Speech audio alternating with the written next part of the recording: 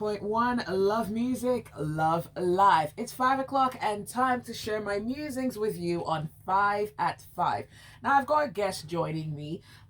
He's never really on at this time, but he is part of the Total Football crew, and it's Yubi Undonovitz. That's how he pronounces it, Undonovitz. You need a crash course on my name. I thought I should have given you one before we got on air, but it's actually Nduonovit. Oh, okay. I never found anybody who could pronounce it, and I don't try to Nduonovit. Undonovitz. It's an Aron name from Akwa Ibom, and I don't find many people that can pronounce the name. But yeah, it's actually pronounced with different consonants. So yeah, it's kind of heavy, but yeah, it works. Okay, so you're from Oran. Yeah. I've heard of Oran crayfish. Yeah, the best crayfish in the world. Do you have any at home? Nope. Okay, you need to tell your mom. Every time I want to travel, my mom says, catch some crayfish. I'm like, Mom, see how now? Please bring that crayfish and give to us. But yeah, I should actually wrap it up and send it via a logistic company. I never thought of that actually. Well, see, this is why you should be on this segment with me a lot more. Yeah, I know. Okay. Let's do it. All right, so let's get straight into our musings. And if you've got any comments about the musings I'm sharing, or perhaps you just want to share musings of your own, please send them to me via WhatsApp. The number is 0809 440 981. That is the WhatsApp number. Or you could just tweet at smooth981 as well. All right, so first musing. And this one has to do with mugshots. So when people are arrested by the police, they basically have mugshots taking. And some mugshots are pitiful because sometimes you see the accused, whoever's been arrested, sometimes they've got bloodshot eyes because they've been crying. In some other cases, they look just sad. But I saw a very interesting mugshot. The EFCC had arrested a young man here in Nigeria on allegations of internet fraud. And this guy was smiling like he got a Christmas present. Yeah. Why? So I think obviously this is not like trying to hold court for anybody who's had a mugshot, especially if you've done something wrong. However, I feel like if you're gonna get a mugshot, why not make it good, right? I mean, it's a mugshot anyway. It's gonna be there, right? So how about you try to make the best of it? I mean, what's the point, right, in having a mugshot and you're looking like a mug, right? Like, isn't that like? So I'm guessing that's what he's thinking, but yeah, I'm not quite sure. I heard something like that today about a guy who's been smiling and having a nice laugh at his mugshot. But I haven't quite seen the picture, but I'm thinking that's what's going through his mind. It's a very funny picture. Bami smile. That's how he looked. Not like you, God forbid. You're not a mug, but that bright smile. It's like, why are you so happy? Do you not understand the gravity of the situation? Every time you put on the camera, it's a chance to have a smile or frown. So a friend of mine told me once, every time you're in front of a camera, it's an opportunity to sell yourself. So I guess that's what he's trying to do. I guess he spoke to the same person.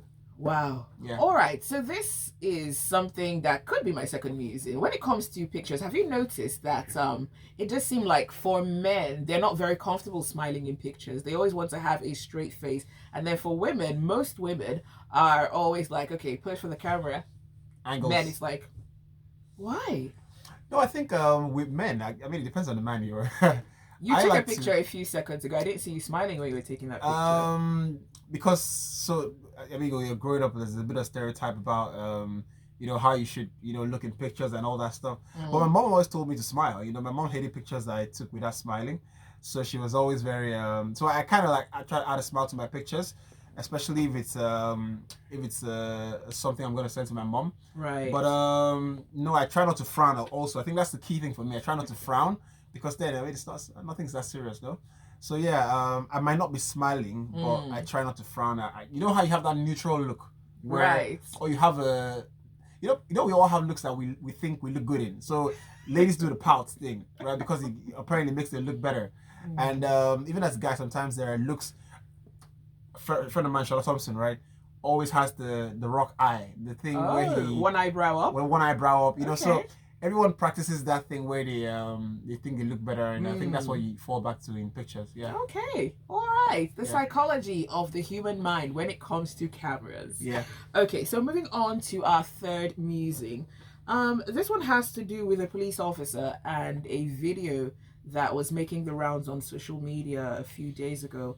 So a police officer Now, according to the description, whoever took that video believed that the police officer was drunk, and there were some young children, maybe 7, 8, 9, definitely not more than 10 though, and those children seemed to be taunting the police officer, and he really couldn't do much because he was out of it. And it was very shocking to see. Now, of course, you don't expect to see a police officer in that situation. But what was also weird was everyone, I think, assumed the police officer was drunk. What if that police officer was having a medical emergency? What if he was having a seizure? What if he was drowsy, perhaps because of some medication he'd taken? Yeah, that's it's one of the things that actually make me really sad about our society. By the way, was it Nigeria? Yes, Nigeria. Yeah, this is one of the things that actually makes me a bit sad about Nigeria.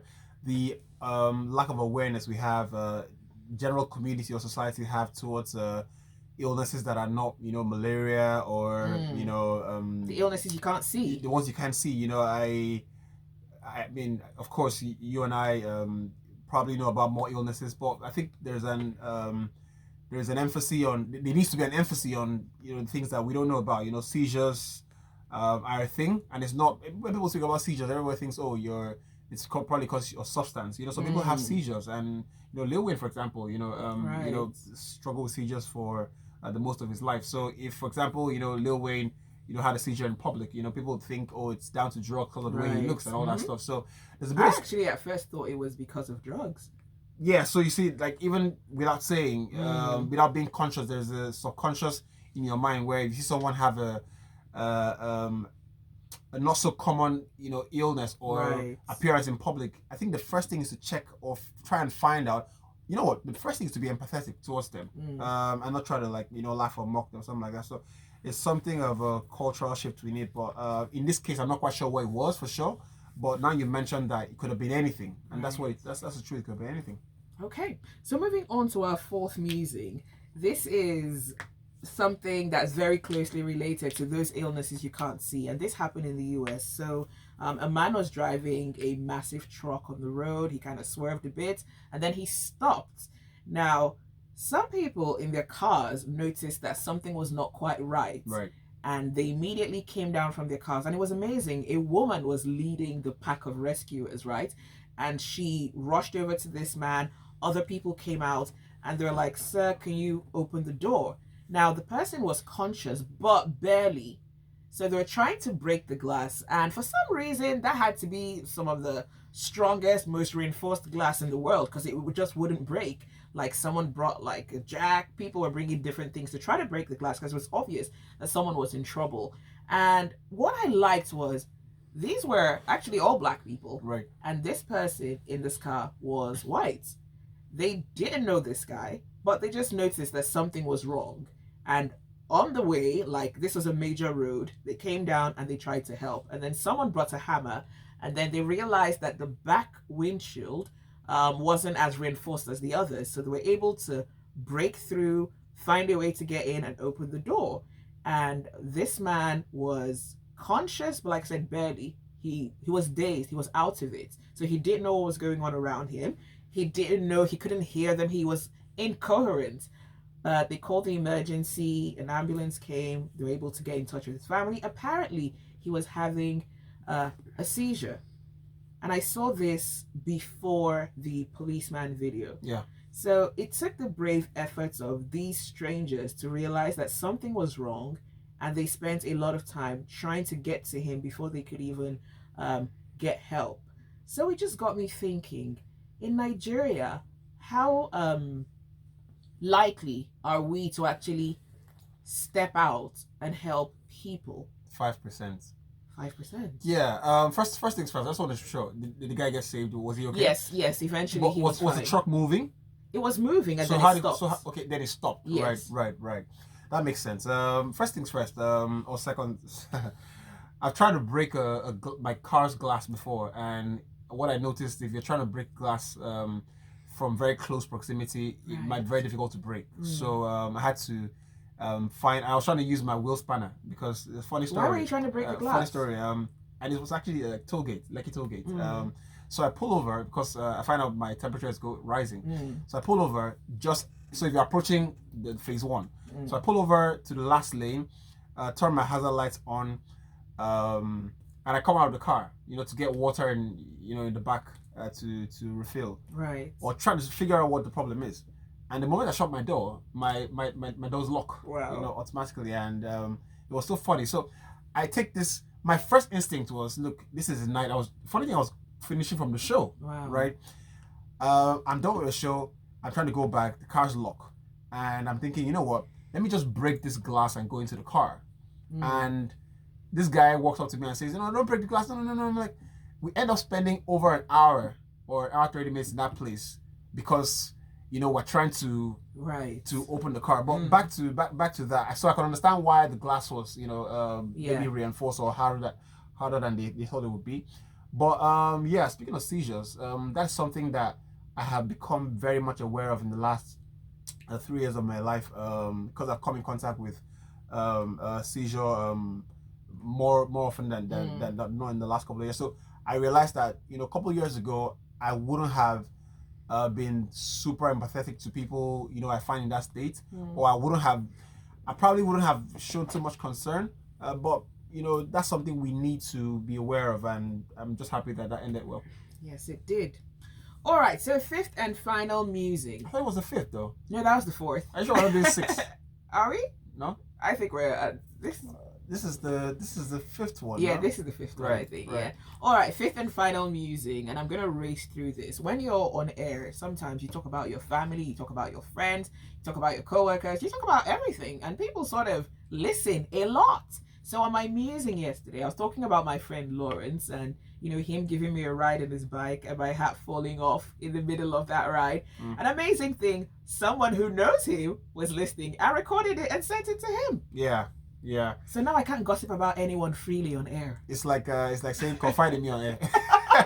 It's like confide in me. Lagos is listening to you. I tell you what. So Saturday morning I'm on my show, and it's happened to me a couple of times. But the most recent one is a delivery guy was here at the station to deliver something to me, and so the moment of food actually was my car papers. Right. I had this third party guys do it for me.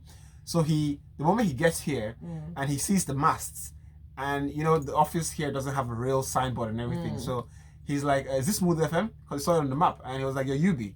Obviously, he's speaking to me so he can figure out that that's the voice. And currently, interestingly, was outside as well. So I was like, "Kind of, you're famous." So yeah, that happens. Stuff on air actually goes out, and I also had somebody on Uber.